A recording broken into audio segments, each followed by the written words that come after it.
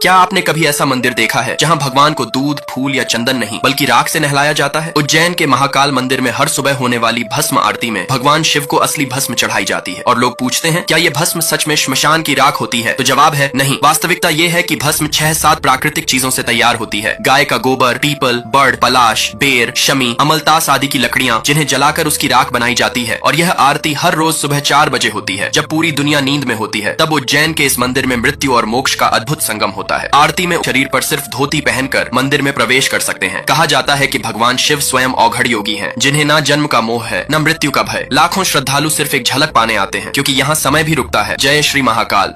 लाखों लोग हर साल हरिद्वार से कांवड़ लाते हैं, लेकिन क्या आप जानते हैं दुनिया की पहली कांवड़ यात्रा किसने की थी और क्यों? कहानी है त्रेता युग की, भगवान राम की। जब लंका पर चढ़ाई से पहले प्रभु राम ने भगवान शिव की पूजा करने का संकल्प लिया और तब उन्होंने अपने हाथों से गंगा जल लाकर कांवड़ में शिवलिंग पर अर्पित किया। ये मानी जाती है इतिहास की सबसे पहली कांवड़ यात्रा, जहाँ भगवान राम खुद भोलेनाथ के पहले कांवड़िए बने। इसके बाद भगवान परशुराम और फिर भक्त रावण ने भी गंगा जल लाकर शिवलिंग की पूजा की, लेकिन जनमानस में भगवान राम की ये यात्रा आस्था की नींव बन गई। आज भी लाखों शिव भक्त उन्हीं के नक्शे कदम पर चलते हुए हरिद्वार से गंगा जल लाते हैं बिना जूते। कांवड़ सिर्फ एक यात्रा नहीं, ये है त्याग, श्रद्धा और संकल्प की मिसाल। और इसकी शुरुआत भगवान राम से हुई थी। अब जब भी कांवड़िए दिखें तो समझना वो सिर्फ जल नहीं, इतिहास, आस्था और भक्ति की परंपरा लेकर चल रहे हैं। हर हर महादेव।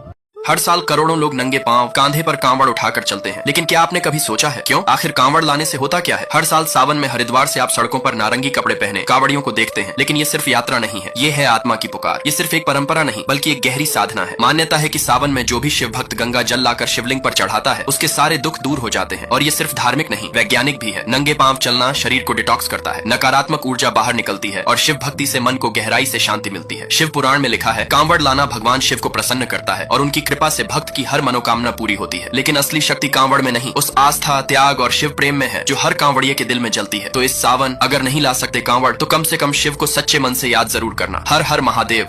हर साल करोड़ों कांवड़िए आते हैं, लेकिन ये 5 झांकियां सबका दिल जीत लेती हैं। देखकर आपको भी विश्वास नहीं होगा। नंबर 5, ये कांवड़ भगवान शिव के शांत रूप को दर्शाती है। काले रंग की विशाल मूर्ति, त्रिशूल, नाग और सिंह रूपी संरचना। नंबर 4, ये कांवड़ उस पल को दर्शाती है जब भगवान शिव ने मां सती का शरीर उठाया था। शिव का क्रोध, आंखों में आंसू और दुनिया को हिलाने वाला दर्द। नंबर 3, सूरज की किरणों में नहाई ये कांवड़ स्वर्ग की झलक देती है। महादेव, माँ पार्वती, गणेश जी और शिवलिंग का भव्य संयोजन जैसे कोई स्वप्न जीवंत हो उठा हो। नंबर 2, त्रिशूल, कपाल, नाग और उग्र नेत्र। ये कांवड़ बताती है कि शिव संहार भी है और सृजन भी। नंबर 1, कांधे पर गदा, विशाल काया और जल कलश के साथ। ये कांवड़ बताती है कि शिव सबके रक्षक हैं। पेड़ों के बीच स्थापित ये मूर्ति प्रकृति और प्रभु का गहरा रिश्ता बताती है। ये सिर्फ मूर्तियां नहीं, ये हैं भक्तों का प्रेम है। हर हर महादेव। लोग कहते हैं दूध बर्बाद होता है, पर क्या आप जानते हैं इसका असली रहस्य? शिवलिंग पर दूध क्यों चढ़ाते हैं? ये एक परंपरा नहीं है, बल्कि इसके पीछे छुपा है रहस्य और विज्ञान। पौराणिक कथा कहती है समुद्र मंथन के समय भगवान शिव ने हलाहल विष पिया, तब उनकी देह गर्म हो गई थी। उस अग्नि को शांत करने के लिए देवताओं ने ठंडा दूध चढ़ाया। पुराणों में कहा गया है शिवलिंग पर दूध चढ़ाना महादेव को प्रसन्न करता है। यह आत्मशुद्धि और पवित्रता का प्रतीक है। लेकिन अब सुनिए विज्ञान क्या कहता है। शिवलिंग अक्सर काले पत्थर से बना होता है जो ऊर्जा को अवशोषित करता है। दूध डालने से उस ऊर्जा का संतुलन बनता है और दूध में मौजूद लैक्टिक एसिड वातावरण को शुद्ध करने में मदद करता है। कुछ मान्यताओं में तो ये भी कहा गया है कि प्राचीन भारत में शिवलिंग को ऊर्जा चक्र माना गया था, जिस पर विशिष्ट द्रव चढ़ाकर नकारात्मक शक्तियों को शांत किया जाता था। और ये आस्था है हमारी। हर हर महादेव।